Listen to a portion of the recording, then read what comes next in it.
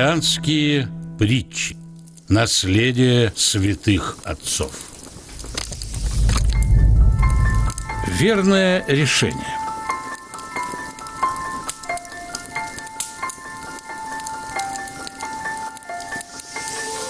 Пришел человек на исповедь,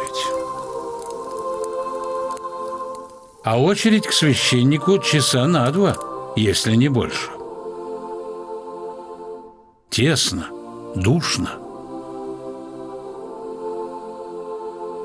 «Уйти, что ли?» — мелькнула лукавая мысль.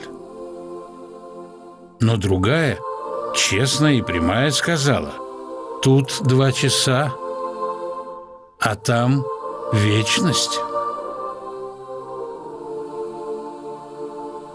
И если не снять груз твоих грехов, то в такой тесноте и кромешной мгле, что с этими неудобствами и сравнить нельзя.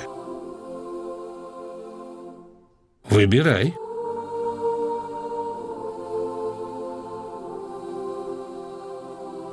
И человек сделал выбор.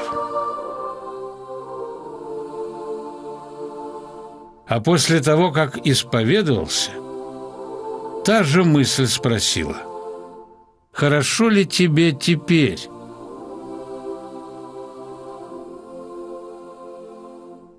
«Лучше и не бывает», — радостно ответил человек. «Бывает», — сказала мысль.